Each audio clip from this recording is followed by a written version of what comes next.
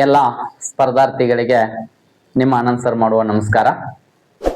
ವಿದ್ಯಾರ್ಥಿ ಮಿತ್ರರೇ, ನಾವು ಹಿಂದಿನ ಕ್ಲಾಸಿನಲ್ಲಿ ಈ ಕದಂಬ ಸಾಮ್ರಾಜ್ಯ ಹೇಗೆ ಸ್ಥಾಪನೆ ಆಯಿತು, ಆ ಕದಂಬ ಸಾಮ್ರಾಜ್ಯದ ಹಿನ್ನೆಲೆಯನ್ನ ನೋಡೋದ್ರ ಜೊತೆಗೆ ಆ ಕದಂಬ ಸಾಮ್ರಾಜ್ಯದ ಸ್ಥಾಪಕರಾಗಿರ್ತಕ್ಕಂಥ ಈ ಮಯೂರವರ್ಮ ಆತ ಒಬ್ಬ ಬ್ರಾಹ್ಮಣನಾಗಿ ಹೇಗೆ ಕ್ಷತ್ರಿಯನಾಗಿ ಬದಲಾವಣೆ ಕಂಡ, ಮತ್ತು ಆತನ ಪೂರ್ವಜರು ಎಲ್ಲಿಂದ ಇವರು, ಆತನ ಪೂರ್ವಜರು ತಾಳಗುಂದದಿಂದ ಇಲ್ಲಿ ಬನವಾಸಿಗೆ ಬಂದು ಹೇಗೆ ಸಾಮ್ರಾಜ್ಯವನ್ನ ಕಟ್ಟಿದ್ರು ಅಂತಕ್ಕಂಥದನ್ನ ನಾವು ಹಿಂದಿನ ಕ್ಲಾಸ್ನಲ್ಲೆಲ್ಲ ನೋಡಿದ್ವಿ. ಯಾಕಂದ್ರೆ ಅವರ ಮಣಿದೇವರಾಗಿರ್ತಕ್ಕಂಥ ಮಧುಕೇಶ್ವರ ಎಲ್ಲಿ ನೆಲೆಸಿದ್ದ ಅಂದ್ರೆ ಈ ಬನವಾಸಿ ಅಂತಕ್ಕಂಥ ಪ್ರದೇಶದಲ್ಲಿ ನೆಲೆಸಿರುವುದರಿಂದ ಆತನೇ ಏನ್ ಮಾಡ್ತಾರ ಅಂದ್ರೆ ಈ ಮಯೂರವರ್ಮ ಆ ಸ್ಥಳದೊಳಗೆ ಬಂದ ಒಂದು ಭವ್ಯವಾಗಿರ್ತಕ್ಕಂಥ ಸಾಮ್ರಾಜ್ಯವನ್ನ ನಿರ್ಮಾಣ ಮಾಡ್ತಾನೆ.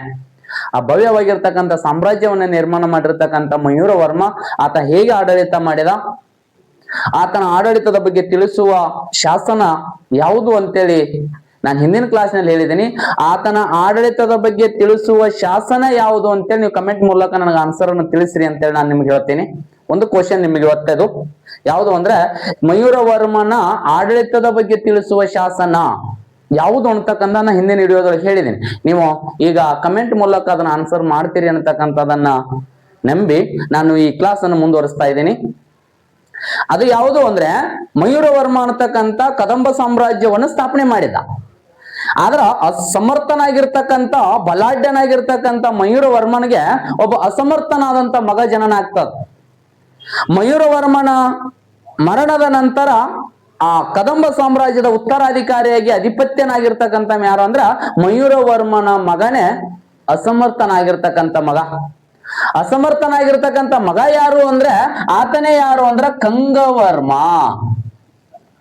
ಕಂಗವರ್ಮ ಅಸಮರ್ಥನಾದಂತ ಮಗ ಯಾರು ಅಂದ್ರ ಕಂಗವರ್ಮ. ಈತ ಎಲ್ಲಿವರೆಗೆ ಆಡಳಿತ ಮಾಡ್ತಾನಂದ್ರ ಈತ 360ರಿಂದ 390ರವರೆಗೆ ಆಡಳಿತವನ್ನು ಮಾಡಿದಂತ ಅರಸ ಯಾರು ಅಂದ್ರ ಕಂಗವರ್ಮ. ನೋಡ್ರಿ, ಅಸಮರ್ಥನೇ ಕರೆ, ಆದ್ರೆ ಎಷ್ಟು ವರ್ಷ ಆಡಳಿತ ಮಾಡ್ತಾನು ಅಂದ್ರೆ 30 ವರ್ಷ. 30 ವರ್ಷ ಆಡಳಿತ ಮಾಡ್ತಾನ. ಅಸಮರ್ಥ ಆದಾನಂದ್ರು 30 ವರ್ಷ ಆಡಳಿತ ಮಾಡ್ತಾನ. ಒಂದು ವೇಳೆ ಆತ ಬಲಿಷ್ಠನಾಗಿದ್ರೆ ಎಷ್ಟು ವರ್ಷ ಮಾಡ್ತಿದ್ದೋ ಗೊತ್ತಿಲ್ಲ. ಅಸಮರ್ಥನಾದಂತ ಈ ವ್ಯಕ್ತಿ 30 ವರ್ಷಗಳ ಕಾಲ ಸುದೀರ್ಘವಾದಂತ ಆಡಳಿತವನ್ನು ಮಾಡ್ತಾನೆ. ಮತ್ತು ಈತ ಏನ್ ಮಾಡ್ತಾನಂದ್ರೆ ಅಸಮರ್ಥನಾಗಿದ್ದ, ಆದ್ರೆ ಸಮರ್ಥ ತಂದೆಗೆ ಅಸಮರ್ಥನಾದಂತ ಮಗ ಹುಟ್ಟಿದ್ದ. ಈತನ ಆಡಳಿತ ಅವಧಿಯಲ್ಲಿ ಒಂದು ಮನೆತನ, ನಾನು ಅವಾಗಲೇ ಹೇಳಿದ್ದೀನಿ ಇವರ ಸಮಕಾಲೀನ ಮನೆತನ ಅಂತ. ಇವರ ಸಮಕಾಲೀನ ಮನೆತನ ಯಾವುದು ಅಂದ್ರ ವಾಕಟಕರು ಅಂತಾರ. ಯಾರು ಅಂದ್ರೆ ವಾಕಟಕರು. ವಾಕಟಕರು ಈ ವಾಕಟಕರು ಏನ್ ಮಾಡ್ತಾರ ಅಂದ್ರೆ ಈತನ ಮೇಲೆ ದಾಳಿಗೆ ಬರ್ತಾರೆ. ಈತನ ಮೇಲೆ ದಾಳಿಯನ್ನು ಮಾಡಿ ಈ ಕಂಗವರ್ಮನನ್ನು ಸೋಲಿಸ್ತಾರೆ.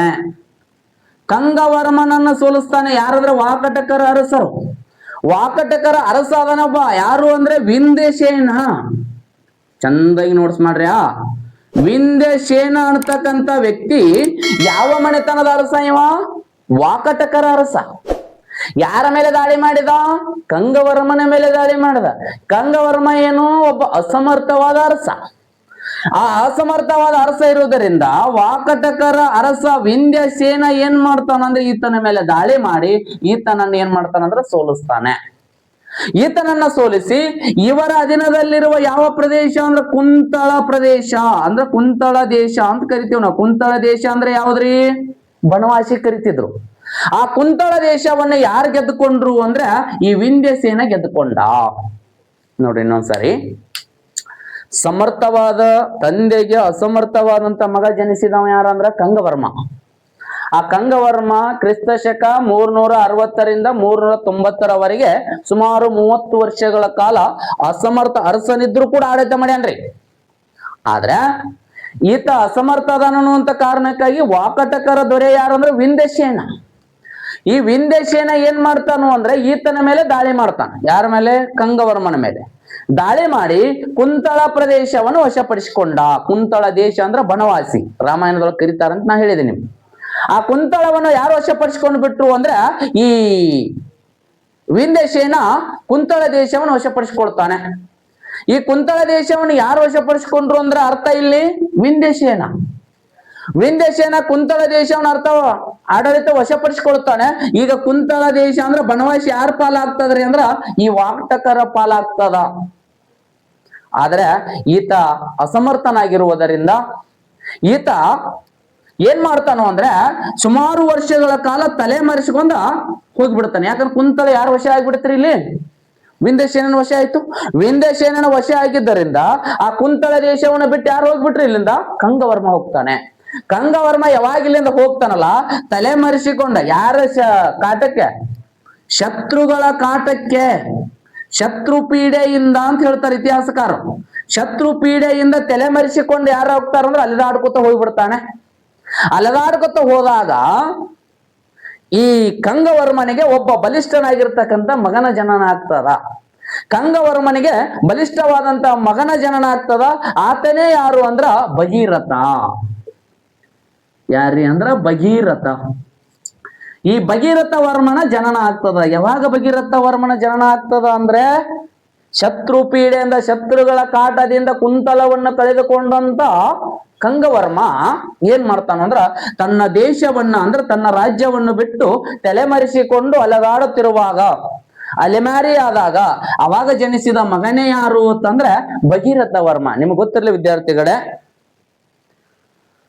ಅಸಮರ್ಥವಾದಂತ ತಂದೆಗೆ ಸಮರ್ಥವಾದ ಮಗ ಭಗೀರಥ. ಭಗೀರಥ ನೋಡ್ರಿ, ಇಲ್ಲೇ ಒಂದು ವ್ಯತ್ಯಾಸ. ಮಯೂರವರ್ಮ ಸಮರ್ಥ ಇದ್ದ, ಮಯೂರವರ್ಮ ಸಮರ್ಥ ಅರಸ. ಆತನಿಗೆ ಹುಟ್ಟಿದ ಮಗ ಯಾವಾರ? ಅಸಮರ್ಥ ಮಗ. ಕಂಗವರ್ಮ ಅಸಮರ್ಥನಾದ್ರೆ ಆತನಿಗೆ ಹುಟ್ಟಿದ ಮಗ ಯಾರು? ಸಮರ್ಥ ಮಗ. ನೋಡಿ ವ್ಯತ್ಯಾಸ ಇಲ್ಲಿ. ಈ ವ್ಯತ್ಯಾಸದೊಳಗೆ ಈ ಭಗೀರಥ ವರ್ಮ ಸಮರ್ಥನಾಗಿರ್ತಕ್ಕಂಥ ಮಗನ ಜನನ ಆಗ್ತದೆ. ಯಾರಿಗೆ ಅಂದ್ರೆ ಕಂಗವರ್ಮನಿಗೆ. ಹಾಗಾದ್ರೆ ಕಂಗವರ್ಮನ ಮಗ ಯಾರು ಅಂತ ಅರ್ಥ ಇಲ್ಲಿ? ಭಗೀರಥ ವರ್ಮ. ಹಾಗಾಗಿ ಈ ತಂದೆಯ ಮರಣದ ನಂತರ ಏನ್ ಮಾಡ್ತಾನಂದ್ರ ಈ ಭಗೀರಥ ವರ್ಮ ಏನ್ ಮಾಡ್ತಾನಂದ್ರ ಈ ಕದಂಬ ಸಾಮ್ರಾಜ್ಯದ ಉತ್ತರಾಧಿಕಾರಿ ಆಗ್ತಾನೆ. ಆ ಕದಂಬ ಸಾಮ್ರಾಜ್ಯ ಉತ್ತರಾಧಿಕಾರಿ ಆಗ್ಬೇಕಾದ್ರೆ ಏನ್ ಮಾಡ್ತಾನ ಗೊತ್ತಾ? ಯಾಕಂದ್ರೆ ಆಲ್ರೆಡಿ ಯಾರ ಕೈಯಾಗ ಅದು ಕುಂತಳ ದೇಶ ಹೋಗಿತ್ತು ಅಂದ್ರೆ ವಿಂಧ್ಯಸೇನನ ಮೇಲೆ. ಈತ ಸಾಮ್ರಾಜ್ಯಕ್ಕೆ ಬರುವುದಕ್ಕಿಂತ ಮುಂಚಿತವಾಗಿನೇ ಏನಾಗ್ತದ ಅಂದ್ರೆ ಈ ಭಗೀರಥ ವರ್ಮ ನೋಡ್ರಿ, ಭಗೀರಥ ವರ್ಮ ಆಡಳಿತಕ್ಕೆ ಬರೋಕ್ಕಿಂತ ಮುಂಚೆನೆ ಏನಾಗಿತ್ತು ಅಂತಂದ್ರೆ ಈತ ವಾಕಟಕರ ಅರಸ ವಿಂಧ್ಯಸೇನನ ಮೇಲೆ ದಾಳಿಯನ್ನು ಮಾಡಿದ್ದ. ವಿಂಧ್ಯಸೇನನ ಮೇಲೆ ದಾಳಿಯನ್ನು ಮಾಡಿ ತನ್ನ ಸಾಮ್ರಾಜ್ಯವಾದ ಕುಂತಳವನ್ನ ವಶಪಡಿಸಿಕೊಂಡಿದ್ದ. ಕುಂತಳವನ್ನ ವಶಪಡಿಸಿಕೊಂಡು ಕದಂಬ ಸಾಮ್ರಾಜ್ಯದ ಅಧಿಪತ್ಯ ಯಾರಾಗ್ತಾರು ಅಂದ್ರೆ ಈ ಭಗೀರಥ ವರ್ಮ. ಈ ಸಮರ್ಥವಾಗಿರ್ತಕ್ಕಂಥ ಅರಸ ಆಡಳಿತ ಮಾಡಿದ ಎಲ್ಲಿವರೆಗೆ ಅಂದ್ರೆ ಸುಮಾರು 390ರಿಂದ 415ರವರೆಗೆ. ಕ್ರಿಸ್ತ ಶಕ 390ರಿಂದ 415ರವರೆಗೆ ಎಷ್ಟು ವರ್ಷಗಳ ಕಾಲ ಆಡಳಿತ ಮಾಡ್ತಾನಂದ್ರೆ 25 ವರ್ಷಗಳ ಕಾಲ ಆಡಳಿತವನ್ನು ಯಾರು ಮಾಡ್ತಾರೋ ಅಂದ್ರೆ ಈ ಭಗೀರಥ ವರ್ಮ. ಈತನ ತಂದೆ ಆಡಳಿತ ಮಾಡಿದ್ದು 30 ವರ್ಷ. ಅಸಮರ್ಥನಾದ್ರೂ 30 ವರ್ಷ ಮಾಡ್ಯ ನಾವು. ಈತ ಸಮರ್ಥನಾದ್ರೂ ಕೂಡ ತಂದೆಗಿಂತಲೂ ಕಡಿಮೆ ಮಾಡಿದಾನೆ. 25 ವರ್ಷ ಆಡಳಿತ ಮಾಡಿದಾನೆ.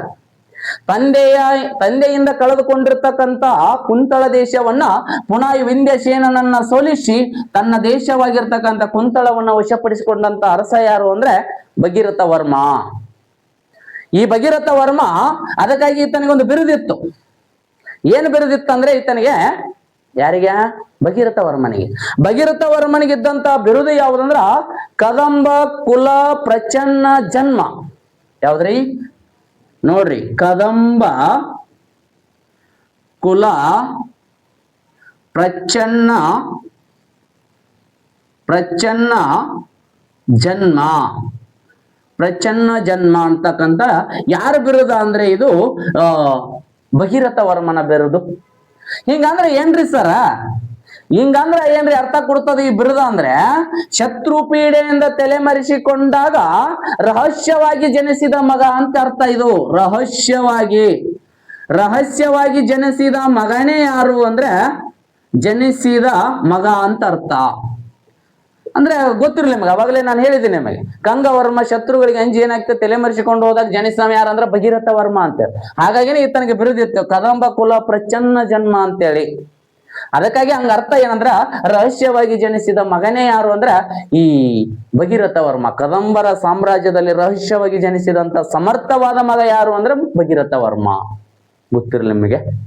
ಈ ಭಗೀರಥ ವರ್ಮ ತನ್ನ ಆಡಳಿತದಲ್ಲಿ ರಹಸ್ಯವಾಗಿದ್ದ ಮತ್ತು ಈ ಭಗೀರಥ ವರ್ಮ ಕಾಲದಲ್ಲಿ ಈ ಭಗೀರಥ ವರ್ಮನ ಆಡಳಿತದಲ್ಲಿ ಯಾರ ಆಟದ ನೋಡ್ರಿ ಸಮರ್ಥವಾಗಿರ್ತಕ್ಕಂಥ ಭಗೀರಥ ವರ್ಮನ ಆಡಳಿತ ಮಾಡುವಾಗ ಉತ್ತರ ಭಾರತದಲ್ಲಿ ಈತನ ಸಮಕಾಲೀನ ಒಂದು ಸಾಮ್ರಾಜ್ಯ, ನಾನು ಹೇಳಿನ ಅವಾಗಲೇ ಕದಂಬರ ಸಮಕಾಲೀನ ಸಾಮ್ರಾಜ್ಯ ಗುಪ್ತ ಸಾಮ್ರಾಜ್ಯ.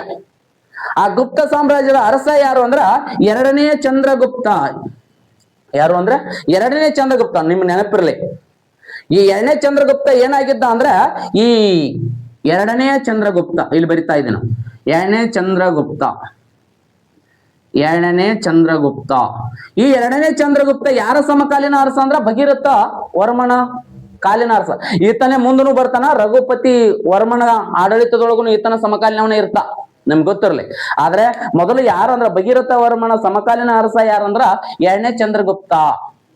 ಈ ಎರಡನೇ ಚಂದ್ರಗುಪ್ತ ಯಾರ ಸಮಕಾಲೀನ ಅರಸ ಅಂದ್ರೆ ಈತ ಈ ಭಗೀರಥ ವರ್ಮನ ಸಮಕಾಲೀನ ಅರಸ, ಈತ ಗುಪ್ತ ಸಾಮ್ರಾಜ್ಯದ ಅರಸ. ಈತನ ಆಸ್ಥಾನದಲ್ಲಿ ಈತ ನವಕವಿಗಳ ಕೂಟ ಹೊಂದಿದ್ದೀವ. ನವಕವಿ ಅಂದ್ರೆ ನವರತ್ನಗಳ ಕೂಟ ಹೊಂದಿರ್ತಕ್ಕಂಥ ಅರಸ ಯಾರು ಅಂದ್ರ ಈ ಎರಡನೇ ಚಂದ್ರಗುಪ್ತ. ನವರತ್ನ ಕವಿಗಳ ಕೂಟ ಇತ್ತು ಇವನ ಆಸ್ಥಾನದೊಳಗೆ. ನವರತ್ನ ಕವಿಗಳ ಕೂಟ ಅಂದ್ರೆ 9 ಕವಿಗಳ ಒಂದು ಯಾರ ಆಸ್ಥಾನದಲ್ಲಿ ಇದ್ರು ಅಂದ್ರೆ ಎರಡನೇ ಚಂದ್ರಗುಪ್ತನ ಆಸ್ಥಾನದಲ್ಲಿ. ಇದೇ ನವರತ್ನ ಕವಿಗಳ ಕೂಟ ಇನ್ನೊಬ್ಬ ಆಸ್ಥಾನದಲ್ಲಿ ಇತ್ತು, ಯಾರಂದ್ರೆ ಅಕ್ಬರ್ನ ಆಸ್ಥಾನದಲ್ಲಿ ಕೂಡ ನವ ರತ್ನ ಕವಿಗಳ ಕೂಟನೂ ಇತ್ತು, ನಿಮ್ಗೆ ಗೊತ್ತಿರ್ಲಿವೆಲ್ಲ. ಹಾಗೇನೆ ಎರಡನೇ ಚಂದ್ರಗುಪ್ತನ ಆಸ್ಥಾನದಲ್ಲಿ ನವರತ್ನ ಕವಿಗಳ ಕೂಟನಿತ್ತು, ಅಕ್ಬರ್ನ ಆಸ್ಥಾನದಲ್ಲಿನೂ ಇದ್ರು. ಆದ್ರೆ ಈ ನವರತ್ನ ಕವಿಗಳಲ್ಲಿ ಅತಿ ಶ್ರೇಷ್ಠವಾದಂತ ಒಬ್ಬ ಕವಿ ಯಾರಾದ್ರೆ ಕಾಳಿದಾಸ. ಯಾರೀ? ಕಾಳಿದಾಸ.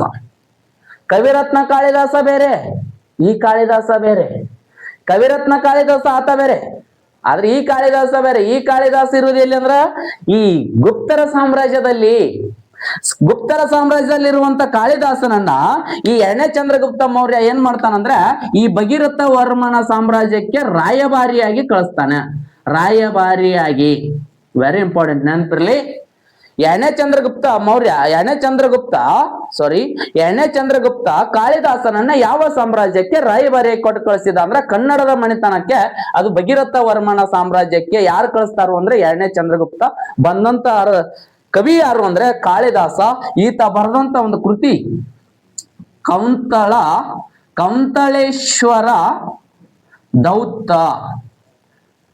ಕೌಂತಳೇಶ್ವರ ದೌತ್ಯಂ ಅಂತಕ್ಕಂಥ ಕೃತಿಯನ್ನು ಬರೀತಾನೆ. ಕೌಂತಳೇಶ್ವರ ದೌತ್ಯಂ ಅಂತ ಕೃತಿ ಬರೆದವ ಯಾರಂದ್ರೆ ಕಾಳಿದಾಸ. ಆ ಕಾಳಿದಾಸನ 7 ಕೃತಿಗಳು ಬರ್ತಾವ. ಅದ್ರ ನಾಟಕ ಬೇರೆ, ಗ್ರಂಥಗಳ ಬೇರೆ, ಅವು ಬೇರೆ. ಆದ್ರೆ ಕವಿರತ್ನ ಕಾಳಿದಾಸ ಬೇರೆ. ಈ ಕಾಳಿದಾಸನ ಕೃತಿ ಯಾವ್ದಂದ್ರ ಇದು ನೋಡ್ರಿ, ಯಾವ್ದಂದ್ರ ಕೌಂತಳೇಶ್ವರ ದೌತ್ಯಂ ಅಂತಕ್ಕಂಥ. ಇವ ಯಾರ ಆಸ್ಥಾನದ ಕವಿ ಅಂದ್ರೆ ಎರಡನೇ ಚಂದ್ರಗುಪ್ತ. ಯಾರ ಮನೆತನಕ್ಕೆ ರಾಯಭಾರಿಯಾಗಿ ಬಂದಾನಂದ್ರೆ ಭಗೀರಥ ವರ್ಮನ ಆಸ್ಥಾನಕ್ಕೆ. ಈಗ ನೋಡ್ರಿ, ಉತ್ತರ ಭಾರತ ಗುಪ್ತರ ರಾಯಭಾರಿ ಕಾಳಿದಾಸ. ಕನ್ನಡದ ಮಣಿತನ ಯಾವುದಂದ್ರ ಕದಂಬ ಮಣಿತನದ ಭಗೀರಥ ವರ್ಮನ ಆಸ್ಥಾನಕ್ಕೆ ರಾಯಭಾರಿಯಾಗಿ ಬರ್ತಕ್ಕಂಥದ್ದು. ಅಷ್ಟೇ ಅಲ್ಲ, ಈ ಭಗೀರಥ ವರ್ಮನಿಗೆ ಇಬ್ರು ಪ್ರಸಿದ್ಧವಾದಂತ ಮಕ್ಕಳಿದ್ರಿ.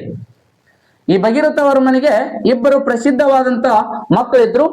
ಇಬ್ರು ಪ್ರಸಿದ್ಧವಾದಂತ ಮಕ್ಕಳು ಇದ್ರು ಅಂತಂದ್ರೆ ಎಷ್ಟು ಮಕ್ಕಳದಾರ ನೋಡ್ರಿ. ಇಬ್ಬರು ಮಕ್ಕಳು ಯಾರಿಗೆ ಅಂದ್ರೆ ಈ ಭಗೀರಥ ವರ್ಮನಿಗೆ. ಒಬ್ಬ ಮಗ ಯಾರು ಅಂದ್ರೆ ರಘುಪತಿ ವರ್ಮ. ಒಬ್ಬ ಮಗ ಯಾರು? ರಘುಪತಿ ವರ್ಮ. ಇನ್ನೊಬ್ಬ ಮಗ ಯಾರು ಅಂದ್ರೆ ಕಾಕುತ್ಸ ವರ್ಮ.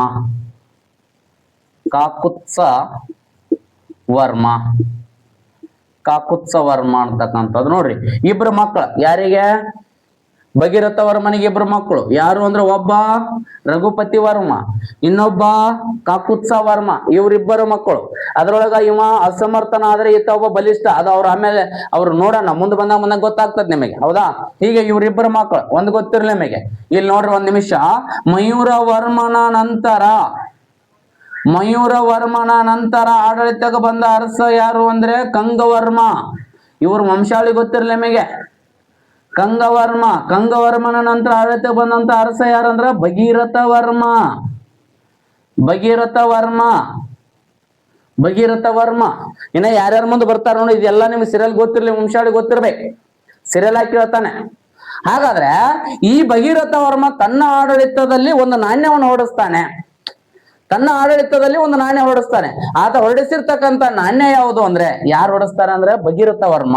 ಭಗೀರಥ ವರ್ಮ ಹೊರಡಿಸಿರುವ ನಾಣ್ಯ ವೆರಿ ಇಂಪಾರ್ಟೆಂಟ್. ಯಾವ್ದಂದ್ರ ಬಗಿ. ಯಾವ ನಾಣ್ಯ ರೀ?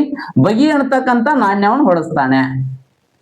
ಬಗಿ ಅನ್ನತಕ್ಕಂಥ ನಾಣ್ಯವನ್ನು ಯಾರು ಹೊರಡಿಸ್ತಾರ ಅಂದ್ರೆ ಈ ಭಗೀರಥ ವರ್ಮ. ಅವನ ಹೆಸರ ಮೇಲೆ ಬಗಿ ಅನ್ನತಕ್ಕಂಥ ನಾಣ್ಯವನ್ನು ಯಾರು ಹೊರಡಿಸ್ತಾರ ಅಂದ್ರೆ ಈ ಭಗೀರಥ ವರ್ಮ ಅಂತೇಳಿ ನಾವು ನೋಡ್ತೀವಿ.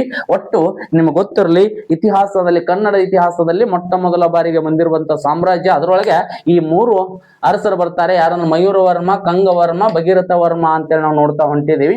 ನಾನು ನಿಮ್ಗೆ ಒಂದೊಂದಾಗಿ ಹೇಳ್ತಾ ಹೋಗ್ತೇನೆ ವಿದ್ಯಾರ್ಥಿಗಳೇ, ಗೊತ್ತಿರ್ಲಿ. ಇವತ್ತು ನೋಡಿದ್ದೆ ಅಂದ್ರೆ 2 ಅರಸರದು ನಿಮ್ಗೆ ನೆನಪಿರ್ಲಿ. ಒಬ್ಬ ಕಂಗವರ್ಮ, ಇನ್ನೊಬ್ಬ ಯಾರಂದ್ರೆ ಭಗೀರಥ ವರ್ಮ. ಕಂಗವರ್ಮ ಮತ್ತು ಭಗೀರಥ ವರ್ಮರ ಬಗ್ಗೆ ನಾವು ಇವತ್ತು ನೋಡಿದೀವಿ. ಇನ್ನು ಉಳಿದಿರ್ತಕ್ಕಂಥವ್ರು ಯಾರ್ಯಾರು ಬರ್ತಾರು ಅಂತಂದ್ರ ರಘುಪತಿ ವರ್ಮ ಬರ್ತಾನೆ, ಆಮೇಲೆ ಕಾಕುತ್ಸ ವರ್ಮ ಬರ್ತಾನೆ, ಆಮೇಲೆ ಮೃಗೇಶ ವರ್ಮ ಬರ್ತಾನೆ, ಆಮೇಲೆ 2ನೇ ಕೃಷ್ಣ ವರ್ಮ ಬರ್ತಾನೆ, ಆಮೇಲೆ ಭೋಗಿ ವರ್ಮ ಕೊನೆಯ ಅರಸ ಬರ್ತಾರೆ. ಇವರೆಲ್ಲರೂ ಒಬ್ಬೊಬ್ರದಾಗಿ ನಾವು ತಿಳಿತಾ ಹೋಗೋಣ. ಒಬ್ಬೊಬ್ರನ್ನಕ್ಕಿಂತಲೂ ಯಾರು ಇಂಪಾರ್ಟೆಂಟ್ ಅದೋ ಸ್ವಲ್ಪ ಹೆಚ್ಚಿಗೆ ಫೋಕಸ್ ಮಾಡ್ಬೇಕಾಗ್ತದೆ. ಯಾಕಂದ್ರೆ ಫಾಸ್ಟ್ ಹೋಗಕ್ ಬರಲ್ಲ. ಯಾಕಂದ್ರೆ ನಿಮ್ಗೆ ಒಂದೊಂದು ಪಾಯಿಂಟ್ ಕೂಡ ಇಂಪಾರ್ಟೆಂಟ್ ಇರೋದ್ರಿಂದ ಈ ಎಕ್ಸಾಮ್ ದೃಷ್ಟಿಯಿಂದ ಯಾರು ಇಂಪಾರ್ಟೆಂಟ್ ಅದಾರ ಅನ್ನೋದು ನನ್ಗೆ ಗೊತ್ತಿರ್ತದ, ನಿಮಗೆಲ್ಲ ಗೊತ್ತದ. ಅಂತವ್ರದೊಂದು ಹೆಚ್ಚಿಗೆ ಫೋಕಸ್ಗಳನ್ನ ನಾನು ಮಾಡ್ತಾ ಹೋಗ್ತೇನೆ. ಯಾಕಂದ್ರೆ ಅವ್ರದ್ದು ಅಷ್ಟೇ ಸ್ವಲ್ಪ ಯಾಕೆ ಹೇಳಕತ್ತಿದ್ದೀನಿ ಅಂದ್ರೆ ನಿಮ್ಗೆ ಅಷ್ಟೇ ತಲೆಯಾಗಿರ್ಲಿ ಅಂತೇಳಿ. ಯಾಕಂದ್ರೆ ಸ್ವಲ್ಪ ದಿನದಲ್ಲಿ ಕಾನ್ಫಾರ್ಮ್ಗಳು ಆಗ್ತವೆ. ಅದಕ್ಕಾಗಿ ದಯವಿಟ್ಟು ನಿಮ್ಮ ಅಧ್ಯಾಯವನ್ನ ನಿಲ್ಲಿಸ್ಬೇಡ್ರಿ, ಬ್ಯಾಸರ ಮಾಡ್ಕೋಬೇಡ್ರಿ. ಯಾಕಂದ್ರೆ ದಿನ ಬ್ಯಾಸರ ಆಗಿದ್ದ ಬೇರೆ, ಇವಾಗ ಬ್ಯಾಸರ ಮಾಡ್ಕೊಂಡ್ರಿ ಅಂದ್ರೆ ಜೀವನದ ಮೇಲೆ ಬಹಳ ಪರಿಣಾಮ ಬೀರ್ತದೆ. ಕಾಲ್ ಮೇಲೆ ಕಲ್ಲು ಹಾಕೋತೀರಿ. ಓದ್ಬೇಕು, ಕಷ್ಟಪಟ್ಟು ಓದ್ಬೇಕ್ರಿ. ಓದ್ಯಾಗ ಆಗೋದು. ಯಾರು ಸಾಧಕರು ಯಾರು ಕೂಡ AC ರೂಮ್ದಲ್ಲಿ ಇದ್ದವರೆಲ್ಲ ಸಾಧಕರಾಗಿಲ್ಲ. ಬಿಸಿಲು ಮಳೆ ಮೈಕ್ ತಗಸ್ಕೊಂಡವ್ರೆ, ಕಷ್ಟಪಟ್ಟವರೇ ಏನಾಗಿದ್ದಾರೆ ಅಂದ್ರೆ ಸಾಧಕರಾಗಿದ್ದಾರೆ. ತಮ್ಗೆ ಅರ್ಥ ಇರಲಿ. ನಮ್ಗೇನಂತ ನಮ್ಮಲ್ಲಿ ನಾ ಎಷ್ಟೋ ವಿದ್ಯಾರ್ಥಿಗಳನ್ನ ಕೇಳ್ತಾ ಇರ್ತೀನಿ, ಎಷ್ಟೋ ವಿದ್ಯಾರ್ಥಿಗಳು ನನಗೆ ಹೇಳ್ತಾರೆ, ಸರ್ ನಾವು ಓದ್ಬೇಕತ್ತೀವಿ, ನಮ್ಮ ಕಷ್ಟಗಳು ಭಾಳ ಅದಾವ್ರಿ, ಮನಸ್ಥಿತಿ ಸರಿಯಾಗಿ ಉಳಿಯಲ್ರಿ, ಏಕಾಗ್ರತೆ ಇಲ್ರಿ. ಅಲ್ಲ ರೀ, ಕಷ್ಟಗಳಿಗೆ ಪರಿಹಾರ ಏನೋ, ನಿಂದೊಂದು ಜಾಬ್ ಆದ್ರೆ ಎಲ್ಲ ಕಷ್ಟಗಳು ಪರಿಹಾರ ಆಗ್ತಾವಲ್ಲ. ಅದೇ ಕಷ್ಟವನ್ನು ಹೇಳ್ಕೋತ ನೀನು ಇಲ್ಲಿ ಟೈಮ್ ಪಾಸ್ ಮಾಡಿ ಮೈಂಡ್ ಹಾಳು ಮಾಡ್ಕೊಂಡು ಮಾಡಿದ್ರೆ ಏನಾಗ್ತದಂದ್ರೆ ಮುಟ್ಟುವಂತ ಸಾಧನೆ ಕಷ್ಟ, ಜೀವನ ಪರ್ಯಂತನೂ ಕಷ್ಟ ಆಗ್ತದ. ಎಂತ ಕಷ್ಟ ಐತೆ ಅಂದ್ರೆ ಬದಿಗಿಟ್ಟು ಒಂದ್ಸರಿ ಕೆಟ್ಟದಾಗಿ ಓದ್ಬಿಡ್ರಿ, ಸಿಕ್ಕಾಪಟ್ಟಿ ಓದ್ಬಿಡ್ರಿ, ಒಂದು ನೌಕರಿ ತಗೊಂಡ್ಬಿಟ್ರೆ ಕಷ್ಟ ಇರಲ್ಲ. ಅದಕ್ಕಾಗಿ ನಾನು ಹೇಳೋದು, ನಮ್ಗೇನಂತಾರೆ ಒಂದು ಹೇಳ್ತಾರೆ, ನೆಲ ಕುಣ್ಯಾಕ ಬರ್ಲಿಕ್ಕೆ ನೆಲ ಡೊಂಕ್ ಅಂತ ಹೇಳ್ತಾರೆ. ಓದೋದು ಮನಸ್ಸಿರ್ಲಿಲ್ಲ ಅಂದ್ರೆ ನಾವು ಯಾವುದಾದ್ರೂ ಒಂದು ನಿಯಮಗಳನ್ನು ಹೇಳೋದು ಬೇಡ ವಿದ್ಯಾರ್ಥಿಗಳೇ. ದಯವಿಟ್ಟು ಹೇಳ್ತಾ ಇದ್ದೀನಿ, ಪ್ರತಿಯೊಂದಕ್ಕೆ ಟೈಮ್ ಹಾಳು ಮಾಡೋದಕ್ಕೆ ಯಾವುದಾದ್ರೂ ಒಂದು ನೆಪ ಹೇಳೋದು ಬೇಡ. ಕಷ್ಟಪಟ್ಟು ಓದಿಬೇಡ. ಎಲ್ಲಾ ಕಷ್ಟಗಳಿಗೆ ಪರಿಹಾರ ಯಾವುದು ಅಂದ್ರೆ ಒಂದು ಜಾಬ್ ಅನ್ನತಕ್ಕಂಥ, ಒಂದು ನೌಕರಿ ಅನ್ನತಕ್ಕಂಥ ನಿಮಗೆ ದತ್ತು ಅಂದ್ರೆ ಯಾವ ಕಷ್ಟಗಳು ಇರಲ್ಲ. ಅದನ್ನ ಪಡ್ಕೋಬೇಕು ಅನ್ನೋ ತನೂ ಒಂದ್ ಸ್ವಲ್ಪ ಇರ್ಲಿ. ಏನು ಬಂದಿದ್ದೆಲ್ಲಾನು ಬದಿಗಿಡ್ರಿ, ಅದನ್ನ ಯಾವ್ದು ತಲೆ ಹಾಕೋಬೇಡ್ರಿ, ನಿಭಾಯಿಸ್ರಿ, ಧೈರ್ಯದಿಂದ ಇರ್ರಿ. ಆದ್ರೆ ಚೆನ್ನಾಗಿ ಓದಿ ಏನ್ ಮಾಡ್ಬೇಕಂದ್ರ ನೌಕರಿಯನ್ನು ತಗೋತೀರಿ ಅಂತಕ್ಕಂಥದನ್ನ ಯಾವುದನ್ನು ತಲೆ ಹಾಕೋಬೇಡ್ರಿ. ಇನ್ನು ಸ್ವಲ್ಪ ದಿನದಾಗ ಕಾಲ್ಫಾರ್ಮ್ ಆಗ್ತಾವೆ. ಎಲ್ಲರೂ ಅಧ್ಯಾಯವನ್ನ ಮಾಡ್ತಕ್ಕಂಥದನ್ನ ನಿರಂತರವಾಗಿ ಓದುತ್ತಾ ಇರಿ. ನಿಮಗೆ ಯಶಸ್ವಿ ಆಗೇ ಆಗ್ತದ, ಒಂದು ದಾರಿ ಕಂಡೇ ಕಾಣ್ತದ. ಅದರ ಪ್ರಯತ್ನಕ್ಕೆ ಫಲ ದೊರೀತದ. ಅದನ್ನ ನಾವು ಆಶಾಭಾವ ಇಟ್ಕೋಬೇಕು, ನಂಬಿಕೆ ಇಟ್ಕೋಬೇಕು. ಈ ಭೂಮಿ ಮೇಲೆ ಎಲ್ಲರೂ ನಂಬಿಕೆ ಮೇಲೆ ಬದುಕ್ತಾ ಇದ್ದೀವಿ. ಆ ನಂಬಿಕೆ ಮೇಲೆ ನಿಮ್ಮೆಲ್ಲ ಪ್ರಯತ್ನವನ್ನು ಮಾಡ್ರಿ ಅಂತಕ್ಕಂಥದ್ದು ನಾನು ಹೇಳ್ತಾ, ನಾನು ಎಷ್ಟು ಸಕಾಸ ಹೇಳ್ತಾ ಹೋಗ್ತೀನಿ ಅದು ನಿಮ್ಗೆ ಹೆಲ್ಪ್ ಆಗಲಿ ಅನ್ನೋಂಥ ಕಾರಣಕ್ಕಾಗಿ ತಮಗೆ ಇವತ್ತಿಗೆ ಇಲ್ಲಿ ಮುಗಿಸಿ ಮುಂದುವರೆದ ಭಾಗದಲ್ಲಿ ನಾನು ನಿಮ್ಗೆ ತಿಳಿಸ್ಕೊಡ್ತೀನಿ. ಯಾಕಂದ್ರೆ ತಾವು ಯಾರಿಗಾದರೂ ವಿಡಿಯೋಗಳು ಇಷ್ಟ ಆದಲ್ಲಿ ನೀವೇನು ಮಾಡ್ಬೇಕಂದ್ರೆ ನಿಮ್ಮ ಫ್ರೆಂಡ್ಸ್ಗಳಿಗೂ ಕೂಡ ಶೇರ್ ಮಾಡೋದ್ರೊಂದಿಗೆ ಸಬ್ಸ್ಕ್ರೈಬ್ ಮಾಡಿಕೊಂಡು ಲೈಕನ್ನು ಕೊಡ್ತೀರಿ ಅನ್ನತಕ್ಕಂಥದ್ದನ್ನು ಹೇಳ್ತಾ ಇವತ್ತಿಗೆ ಕ್ಲಾಸನ್ನು ಮುಗಿಸ್ತಾ ಇದ್ದೀನಿ. ಎಲ್ಲರಿಗೂ ನಮಸ್ಕಾರ.